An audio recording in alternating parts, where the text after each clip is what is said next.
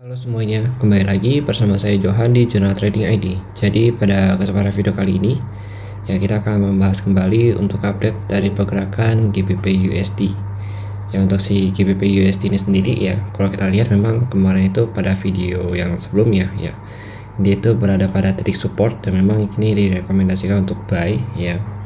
Dan karena memang posisinya kalau kita perhatikan ya seperti yang kita bilang, ini merupakan area support yang cukup kuat untuk si GBP USD gitu. Sini ya. Ini memang posisinya adalah sudah break dari trend line-nya, tapi belum tentu break dari yang namanya struktur harga. Jadi secara struktur di sini dia masih uptrend.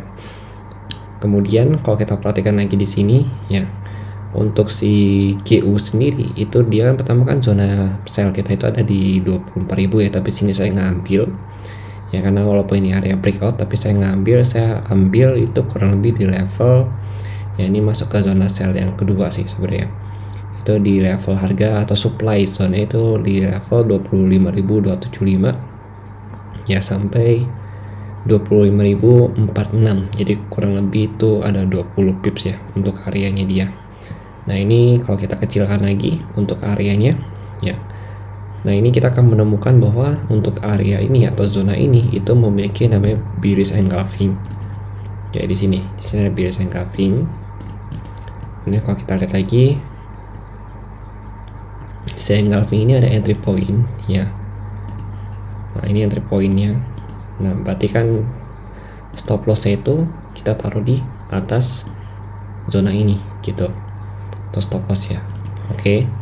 Nah ini berarti jadi sell zone ya gitu. Untuk ini zona yang pertama kalau berdasarkan dengan bearish engulfing. Ini ada bearish engulfing, ini zona pertama, ini zona kedua ya kan.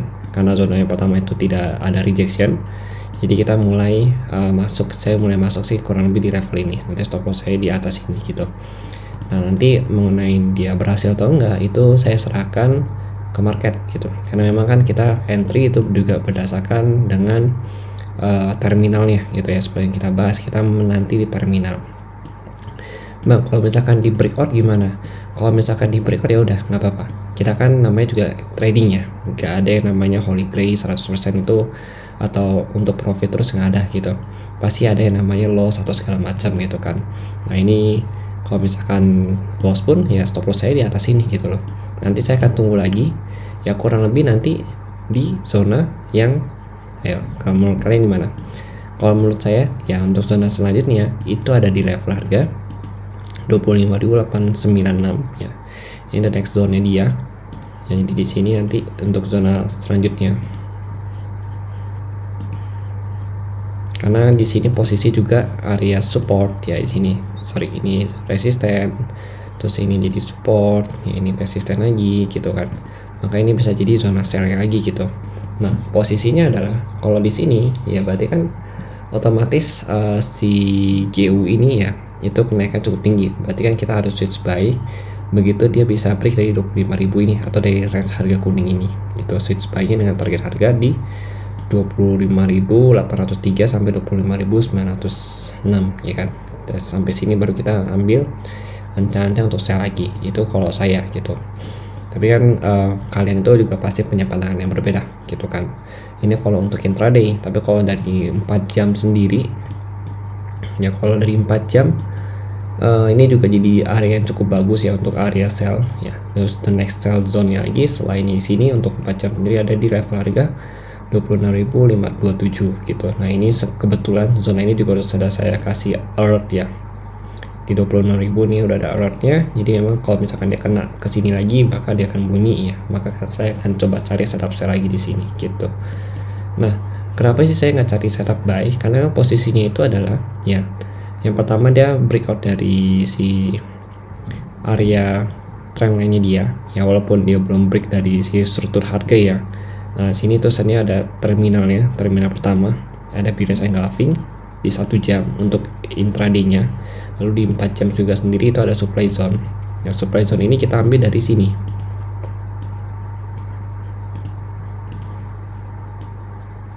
Dari sini untuk supply zone-nya dia gitu.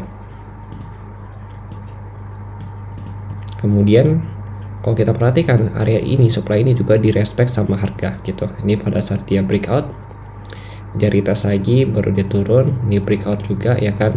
Terus dia ada kayak balik lagi untuk retest, baru dia naik. Nah ini dia breakout, dia naik lagi untuk retest, baru dia turun gitu. Nah ini dia posisinya adalah dia melakukan retest kembali ke area breakoutnya dia gitu. Jadi memang posisinya dia berada di area supply.